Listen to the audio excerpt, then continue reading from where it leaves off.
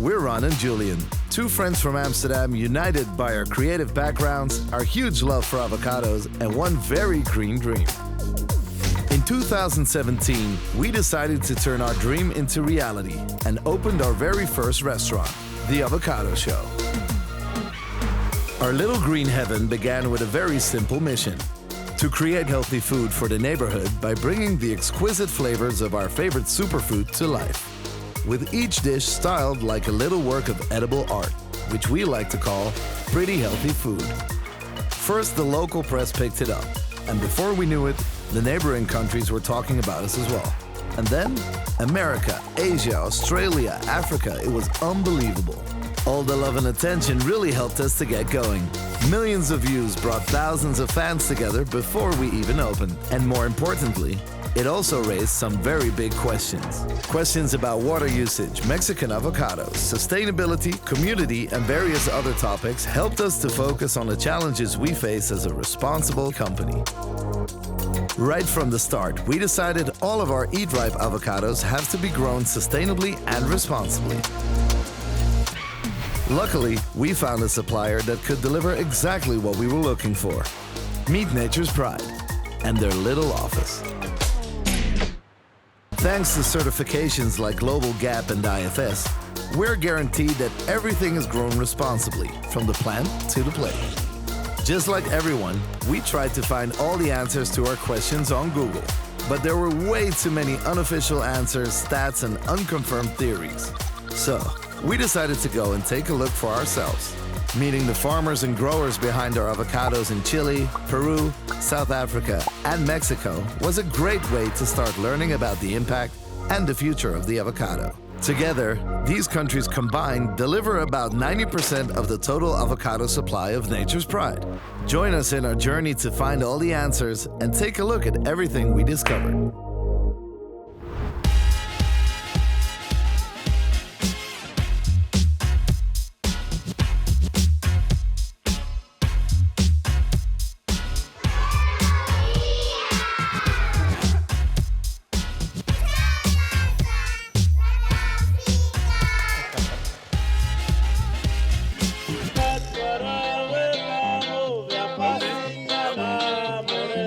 When it comes to avocados, one topic seems to come up time and time again, and that is water.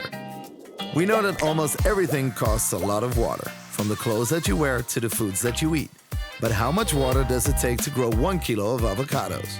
It comes down to who you decide to work with and where they are located. Certain regions in the world, such as Petorca and Chile, have an appalling track record on this issue, and that's exactly why we don't work with them. Our growers and suppliers put sustainable growth first, and we wanted to know exactly how they do it. To start with, we needed to know the basics. A simple Google search found answers from 200 liters to 1,200 liters for a single kilo. But when we spoke to our farmers, they approached the question from a different angle. They explained that with the right climate, the trees don't need any extra water at all. Mother Nature takes care of it all, with rain. So far, so good. But what if the climate isn't ideal?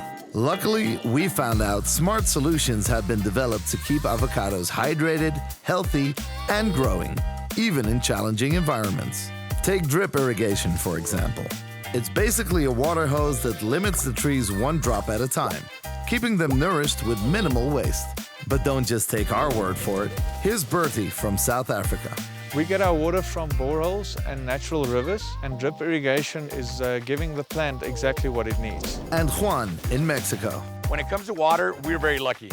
We are in an ideal area where we have the perfect climate, perfect soil, and enough rainfall to provide water for what we need to grow avocados. And Siegfried in Chile. So we have an agronomist who calculates how much water each tree needs, and he does it by digging holes in the ground and making sure that the soil has the specific humidity content that it needs. He also checks how much it has rained and how much water has been evaporated, and then with all that information he can determine how much water to apply to each tree. So what can we learn from this? Even in climates not naturally friendly to avocados, methods such as drip irrigations mean they can still be farmed sustainably. In some ways, you could say the humble avocado is a victim of its own success. This little fruit is now big business, but in some countries it can also lead to a different kind of impact, like deforestation, or even the influence of cartels. To see what could be done about this, we went to visit Mexico. So what's the big deal with Mexican avocados? To start with, although deforestation is one of the major topics in any Mexican avocado discussion, it's annoyingly one of the hardest things to find recent information about. However, once we reached Mexico, we spoke to the locals who provided us with some surprising insights.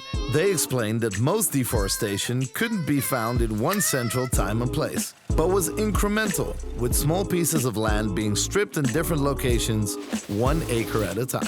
The reason for this is that historically, a lot of land was given back to local families, generations after it was taken from them. As this new generation had found other careers and lifestyles than farming, they were eager to sell the land they had no interest in cultivating. To do so, they removed the pine trees from their land to make it more appealing for sale. But the community is fighting back.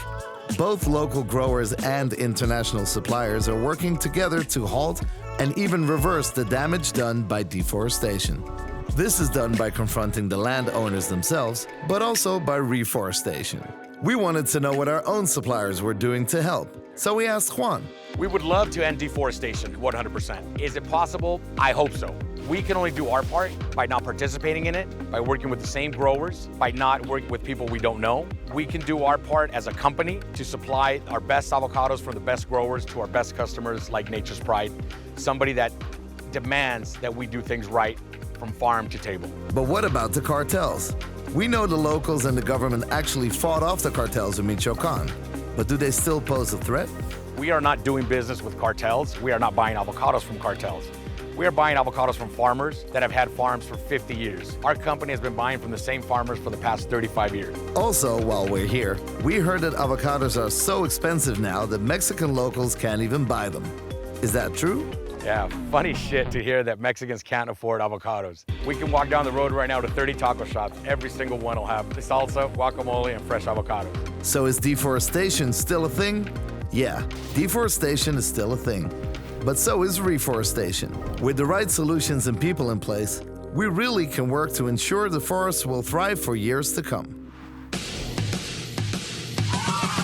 Perhaps the single greatest issue for our food supply in general is how can we ensure sustainability for generations to come?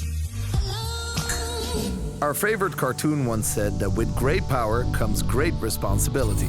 And we like to believe that if there was an avocado man, he'd say the same thing. It's our responsibility to do good. As simple as that. We want to be a force for sustainability across the avocado industry, which means sharing what we've learned with you guys. It's important to understand that it's an ongoing process. You get better at it. You learn, you grow, you change, and you keep going. It's just part of our DNA. So how sustainable are avocados from the Avocado Show? As you've seen, our growers take great pride in their lands. They refuse to spill a single drop of water thanks to drip irrigation. And with a little flair of innovation, they even turn their own waste into compost, and their compost into compost tea to strengthen the trees. What's more, the trees are taken care of from the nursery to the fields. The land is planned carefully, and each tree has the ideal distance between them so the pickers can reach them with ease. Finally, even the cardboard boxes are recyclable. Here's what Bertie has to say about it. Natuurboerderij is our way of farming, where we look after nature and the people we work with, and we use the best technology that we can find. And Juan. We love the environment because we literally live off the environment. We make sure that we audit our growers on a yearly basis to make sure things are being done right, as well as audits for our facility. So we have to make sure that we are treating the environment with the respect it needs. And Siegfried. Being sustainable is an important part of our business model. We are a family-owned and operated company. That means that we need to be responsible with the environment and also responsible with the community where we work. Ripening in Europe allows Nature's Pride to use slow transport by sea, while still guaranteeing perfect eat-ripe avocados. So is that it for sustainability? Of course not. Each and every day, new techniques are being developed that help everyone take better care of Mother Nature. And because the avocado is one of the most nutritious fruits in the world, we believe that we should focus on how to grow them sustainably instead of trying to slow down its popular demand.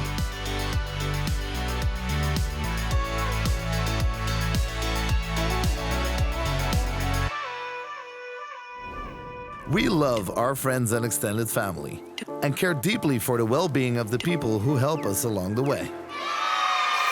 Which brings us to the million-dollar question. How is everybody that is involved with supplying our avocados being treated? We weren't sure what we would find, but we were so excited to see how contagiously happy everyone was with their jobs, co-workers, and daily lives. When we visited Polokwane in South Africa, we could see for ourselves that it was absolutely booming thanks to avocados. The ZZ2 farm directly employs over 40,000 people and impacts the jobs of over 80,000 people indirectly. That's a lot of families who now have work and stability thanks to avocados. It really is the green heart of the region. We discovered that growers supplied all of their staff with daily transport, daily meals, a free medical clinic, sport arenas, schools and daycare for their children, and a steady year-round income. When we arrived in Chile, we learned that the avocado pickers made 4 to 6 times the average income of farm staff. Driving around the region, we discovered the sport fields, elementary school, high school, and art galleries, which were all built by the avocado growers together with their community. In Peru, they built multiple elementary schools, houses, and even whole neighborhoods, giving entire generations of kids a future. In Mexico, the working conditions at the packaging house are so good that most workers stick around for more than 10 years, taking full advantage of the generous bonus system.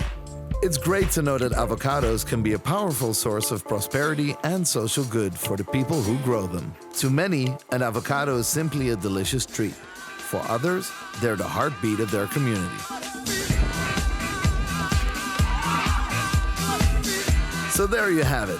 Ultimately, it's our goal to be a positive force for the future of avocados, with sustainability and responsibility in the core of our company's DNA. In the meantime, if you have any questions on water conservation and sustainability, or even some suggestions of your own about what we could all do to help, please don't hesitate to get in touch. Until then, we hope to see you soon at the Avocado Show.